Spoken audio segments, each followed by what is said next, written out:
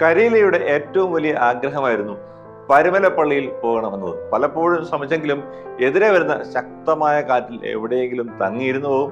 അങ്ങനെ ആ യാത്ര മുടങ്ങും. അങ്ങനെ ഇരിക്കെയാണ് മണ്ണാങ്കട്ടയെ പരിചയപ്പെട്ടതും അടുത്ത കൂട്ടുകാരായതും. വെറും ഒരു മണ്ണാങ്കട്ടയായ തന്നോട് ഇത്രയും സ്നേഹം കാണിക്കുന്ന കരീലയുടെ ആഗ്രഹം സാധിക്കണമെന്ന് മണ്ണാങ്കട്ടയ്ക്കും ഒരു തോന്നലുണ്ടായി. അങ്ങനെ അവരെ ഒരുമിച്ച് പരുമലപ്പള്ളിയിലേക്ക് യാത്ര തുടങ്ങി. അങ്ങനെ പോയി എന്നത്തെയും പോലെ ശക്തമായ കാറ്റ് വന്നു. കരീല ആദ്യം ഒന്ന് പേടിച്ചു. പെട്ടെന്ന് മണ്ണാങ്കട്ട ചാടി കരീലയുടെ പുറത്തിരുന്നു. കാറ്റ് തുടങ്ങിയപ്പോൾ അവർ വീണ്ടും യാത്ര തുടങ്ങി.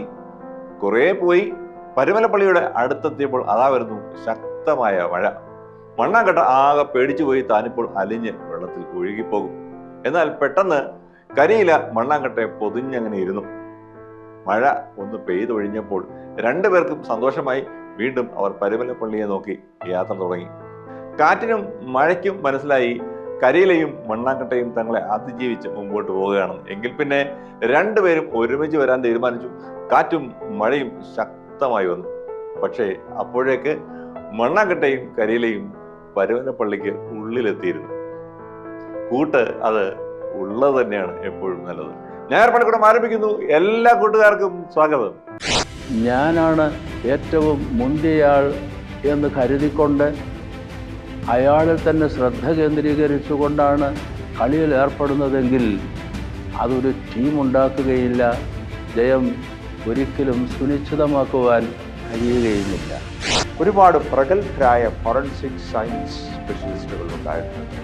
Doctor Kandaswamy, doctor Jayapalan, doctor Umadathan, അങ്ങനെ ഒരു നീണ്ട നിരയിലേക്കാണ് ഡോക്ടർ ഷേർലി വാസു കടന്നു വന്നത്.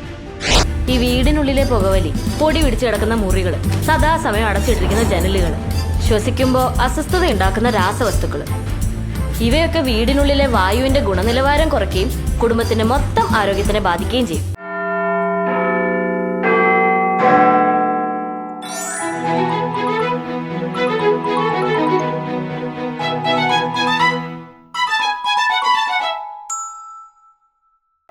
എല്ലാവരും എന്തെങ്കിലും കഴിവുകൾ നിറഞ്ഞവരായിരിക്കും. ഒരാളുടേതാവണമെന്നില്ല മറ്റേയാളുടേത്.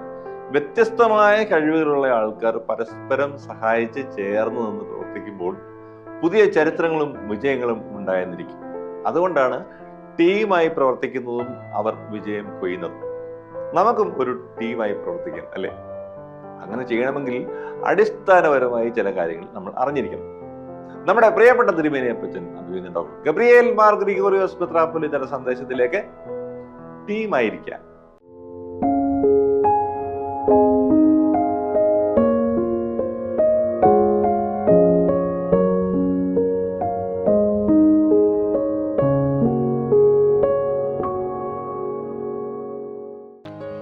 പിതാവിൻ്റെയും പുത്രൻ്റെയും പരിശുദ്ധാത്മാവിൻ്റെയും നാമത്തിൽ തനിക്ക് സ്തുതി. ഞായർ പള്ളിക്കൂടത്തിലെ എൻ്റെ കൊച്ചു കൂട്ടുകാർക്ക് ക്രിസ്തുവേശുവിൽ സ്നേഹവന്ദനം. പ്രിയപ്പെട്ട കുഞ്ഞുങ്ങളെ, ഇന്നത്തെ എൻ്റെ ചെറു പ്രഭാഷണം ഞാൻ കൊടുത്തിരിക്കുന്ന തലക്കെട്ട് നമുക്ക് ഒരു ടീം ഉണ്ടാക്കിയെടുക്കാം എന്നാണ്. ഒരു ടീം ഉണ്ടാക്കിയെടുക്കാം. ഇതിനാധാരമായി ഞാൻ സ്വീകരിച്ചിരിക്കുന്ന വേദഭാഗം പരിശുദ്ധനായ പൗലോസ് അപ്പോസ്തലൻ ഫിലിപ്പിയർക്ക് എഴുതിയ ലേഖനം 2-ാം അധ്യായം 3-ാം വാക്യമാണ്. അവിടെ ഇങ്ങനെ പരിശുദ്ധനായ പൗലോസ് അപ്പോസ്തലൻ പറഞ്ഞിരിക്കുന്നു: താഴ്മയോടെ ഓരോരുത്തൻ മറ്റുള്ളവനെ തന്നെക്കാൾ ശ്രേഷ്ഠനെന്ന് എണ്ണിക്കൊള്ളട്ടെ. In humility count others more significant than yourself. അങ്ങനെ ഒരു ടീം ഉണ്ടാക്കിയെടുക്കുവാൻ കഴിയുകയുള്ളൂ.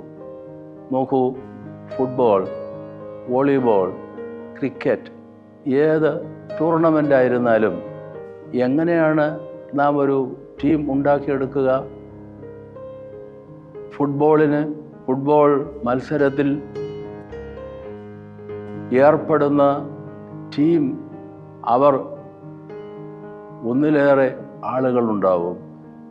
ഈ കുട്ടികളെല്ലാം, ഈ കളിക്കാരെല്ലാം പല ഭാഗങ്ങളിലായി വിന്യസിച്ചിരിക്കുകയാണ്. ഒരാൾ ഗോൾ മുഖത്തായിരിക്കും, മറ്റൊരാൾ വേറൊരു ഭാഗത്തായിരിക്കും. ഇങ്ങനെ കളിക്കളം നിറഞ്ഞു നിൽക്കുകയാണ്. പക്ഷേ അവരെല്ലാം തന്നെ ഒരു ടീമായി പ്രവർത്തിക്കുകയാണ്, കളിക്കുകയാണ്. ഞാനാണ് ഏറ്റവും മുന്തിയയാൾ എന്ന് കരുതിക്കൊണ്ട് അയാളിൽ തന്നെ ശ്രദ്ധ കേന്ദ്രീകരിച്ചുകൊണ്ടാണ് കളിയിൽ ഏർപ്പെടുന്നതെങ്കിൽ അതൊരു ടീം ഉണ്ടാക്കുകയില്ല, ജയം ഒരിക്കലും സുനിശ്ചിതമാക്കുവാൻ കഴിയുകയുമില്ല. ഇതുപോലെയാണ് നമ്മളുടെ ജീവിതവും. നമ്മൾ ഒരു കളിയിൽ ഏർപ്പെട്ടിരിക്കുന്നത് പോലെയാണ് ജീവിതം.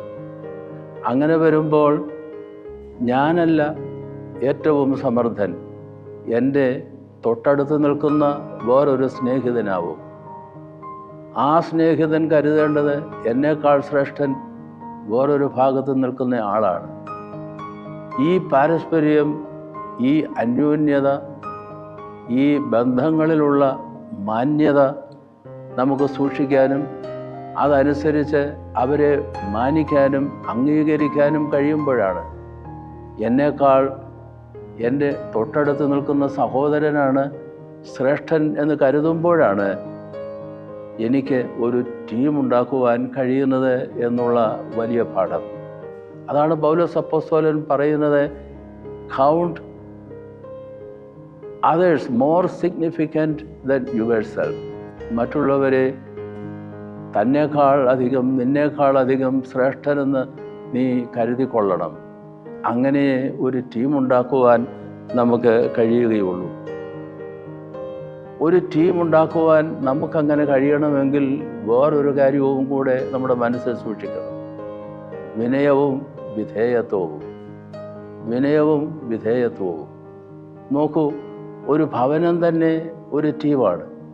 ഭാര്യ ഭർത്താക്കന്മാർ ഒരു ടീമായി പ്രവർത്തിക്കുകയാണ്. ദൈവം തമ്പുരാൻ അവർക്ക് കുഞ്ഞുങ്ങളെ നൽകുമ്പോൾ കുഞ്ഞുങ്ങളും കൂടെ ചേർന്ന് അവരൊരു കുടുംബമെന്ന ഒരു ടീം ഉണ്ടാക്കിയെടുക്കുകയായി.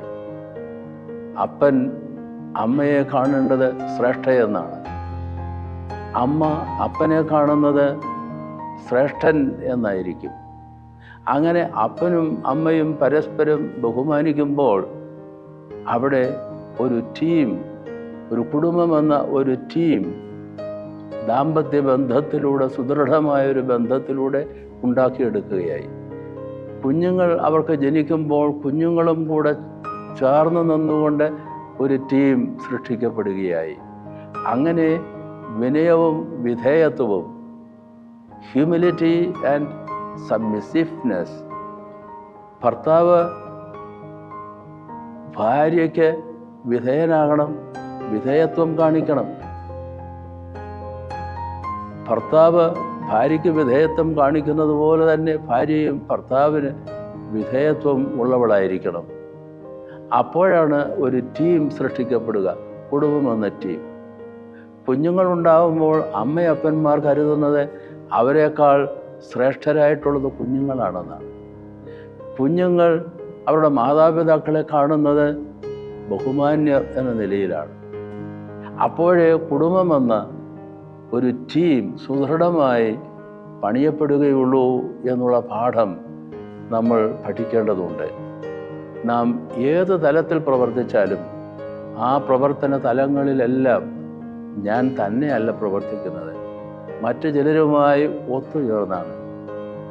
ഞാൻ എന്നേക്കാൾ എൻ്റെ തൊട്ടടുത്തയാളെ ശ്രേഷ്ഠൻ എന്ന് പരിഗണിക്കുമ്പോൾ, വിനയത്തിൽ ഞാൻ അങ്ങനെ സ്വീകരിക്കുമ്പോൾ ഞാനൊരു ടീം സൃഷ്ടിക്കുകയായി.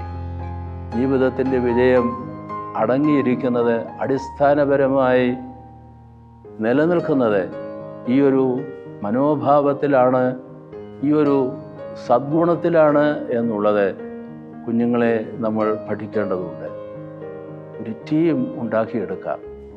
നാം തന്നെയല്ല, അങ്ങനെ നാം തന്നെ ഒരു ജീവിതം ഉണ്ടാക്കിയെടുക്കുവാൻ കഴിയുകയില്ല. ജീവിതം വിജയമാക്കി തീർക്കുവാൻ ഒരിക്കലും സാധ്യമാവുകയില്ല. നമുക്കൊരു ടീം സൃഷ്ടിക്കാം. കുടുംബത്തിലായിരുന്നാലും നാം പ്രവർത്തിക്കുന്ന ഏത് ഇടങ്ങളിലായിരുന്നാലും ദൈവത്തിൻ്റെ കൃപയും കരുണയും നാം എല്ലാവരിലും എപ്പോഴും ഉണ്ടായിരിക്കട്ടെ എന്ന് പ്രാർത്ഥിക്കുന്നു. എല്ലാ ആശംസകളും നേരുന്നു.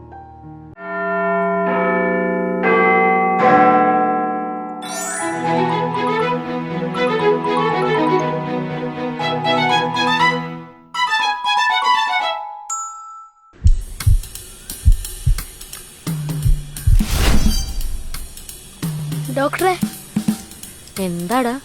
എന്നെ വീണ്ടും ശ്വാസം മുട്ടല. എന്തെങ്കിലും ചെയ്യണം. നീ വിഷമിക്കണ്ട, നമുക്ക് ശരിയാക്കാം. ഡോക്ടറെ, ഇപ്പൊ ഒരു സൗണ്ട് കേട്ടില്ലേ? ലൈറ്റർ. വാടാ. മിക്കവാറും അച്ഛനായിരിക്കും. കണ്ട കണ്ട കണ്ട, അച്ഛൻ സിഗരറ്റ് വലിയ. സിഗരറ്റ് വലിക്കാതെ അച്ഛൻ ഇവിടെ ഇരിക്കത്തേ ഇല്ല.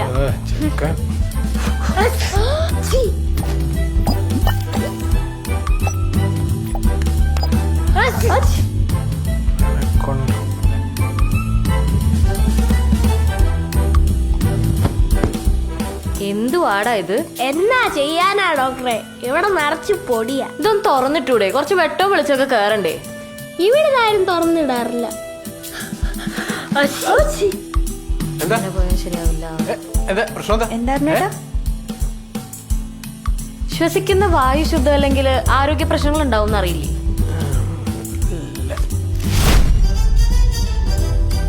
ഈ വീടിനുള്ളിലെ പുകവലി, പൊടി പിടിച്ചു കിടക്കുന്ന മുറികള്, സദാസമയം അടച്ചിട്ടിരിക്കുന്ന ജനലുകള്, ശ്വസിക്കുമ്പോൾ അസ്വസ്ഥത ഉണ്ടാക്കുന്ന രാസവസ്തുക്കള്, ഇവയൊക്കെ വീടിനുള്ളിലെ വായുവിന്റെ ഗുണനിലവാരം കുറയ്ക്കുകയും കുടുംബത്തിന്റെ മൊത്തം ആരോഗ്യത്തിനെ ബാധിക്കുകയും ചെയ്യും.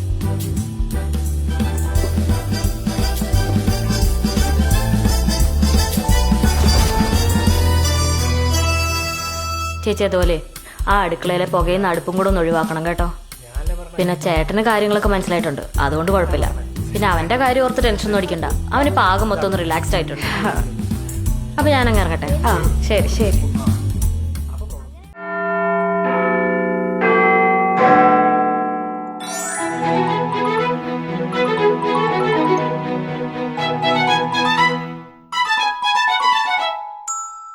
ഡോക്ടറാവാൻ ആഗ്രഹിക്കുന്ന കൂട്ടുകാർ നമുക്കിടയിലുണ്ട് അല്ലേ? ധാരാളം പേരുണ്ട്. നമുക്ക് രോഗം വന്നാൽ ചികിത്സ ആവശ്യമാണ്, ചിലപ്പോൾ നമുക്ക് സർജറിയും ആവശ്യമാണ്. ഇതിനൊക്കെ എത്ര തരം ചികിത്സകളും എത്ര തരം ആശുപത്രികളും എത്ര തരം ഡോക്ടേഴ്സുമാണ് നമുക്ക് ചുറ്റുമുള്ളത്. ഇതൊക്കെ ജീവിച്ചിരിക്കുന്നവർക്കും ജീവനുള്ള ശരീരത്തെ ചികിത്സിക്കുന്നതിനും ഒക്കെയുള്ള കാര്യമാണ്.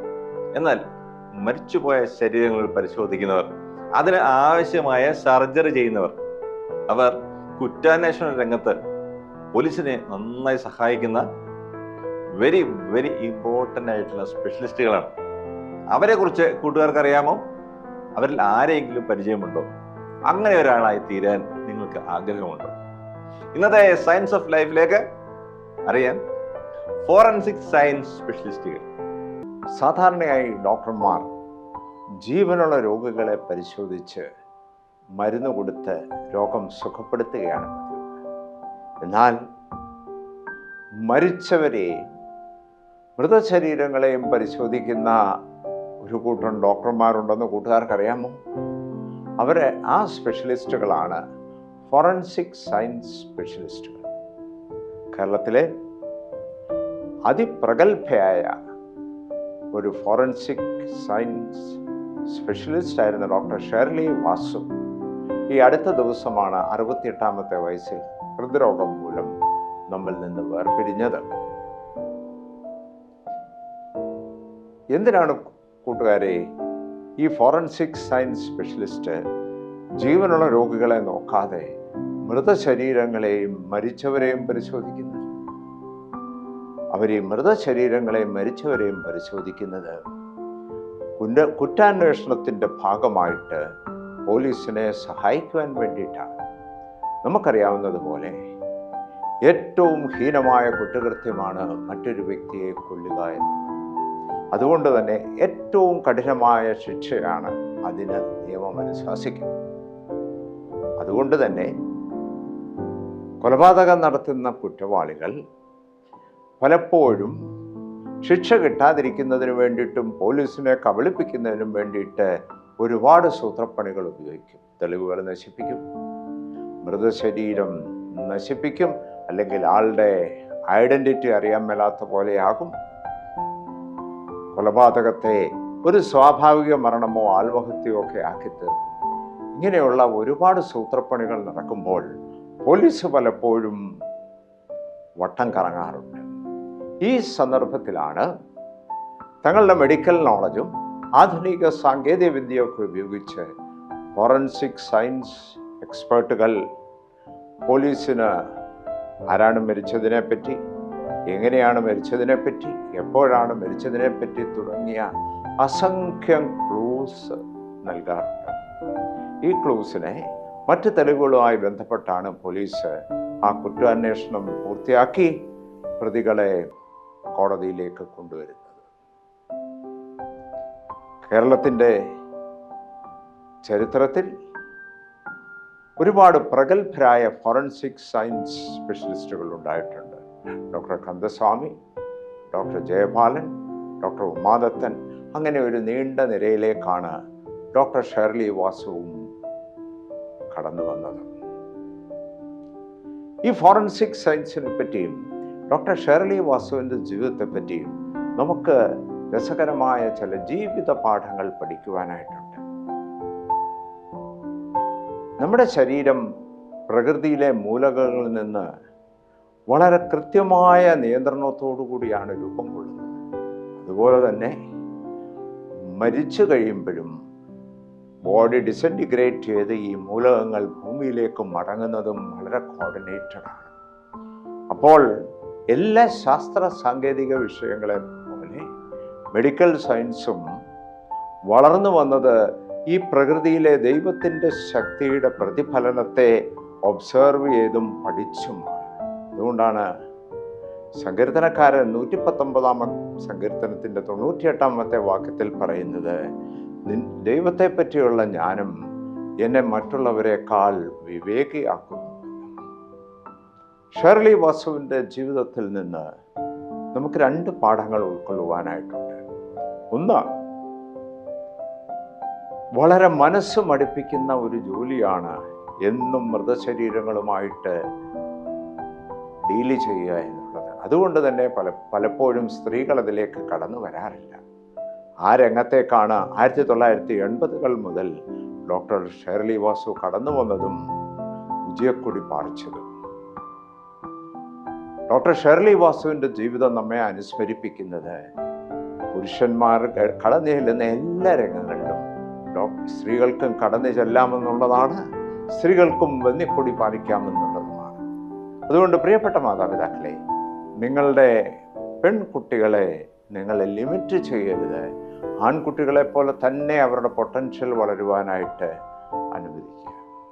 2, ഷേർലി വാസുവിൻ്റെ ആ മനസ്സുറപ്പ്, ഷേർലി വാസു ചെയ്യുന്ന ആ ജോലി വളരെ സത്യസന്ധമായിട്ട് വലിയ സമ്മർദ്ദങ്ങളെ അതിജീവിച്ചുകൊണ്ട് ചെയ്യുവാൻ സാധിച്ചു എന്നുള്ളതാണ്.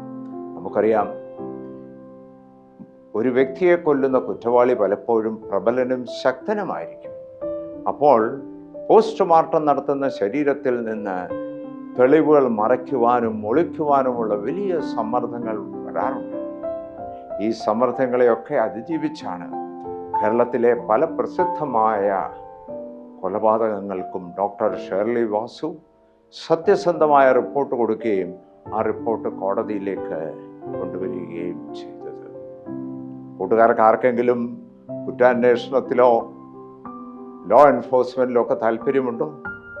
ഇന്ന് ഫോറൻസിക് സയൻസസ് വലിയൊരു പഠന മേഖലയാണ്. ഡോക്ടർമാർ മാത്രമല്ല, നിയമവിദഗ്ധർ, ക്രിമിനോളജിസ്റ്റ്, സൈക്കോളജിസ്റ്റ്, അങ്ങനെ ഒരുപാട് പേര് ചേർന്നാണ് ഇന്ന് ഫോറൻസിക് സയൻസസ് പ്രവർത്തിക്കുന്നത്. താല്പര്യമുള്ള കൂട്ടുകാർക്ക് അതിനെപ്പറ്റി കൂടുതൽ ഇൻ്റർനെറ്റിൽ നിന്ന് കണ്ടുപിടിക്കുകയും അത്തരം കോഴ്സുകൾക്ക് ചേരാവുന്നതുമാണ്.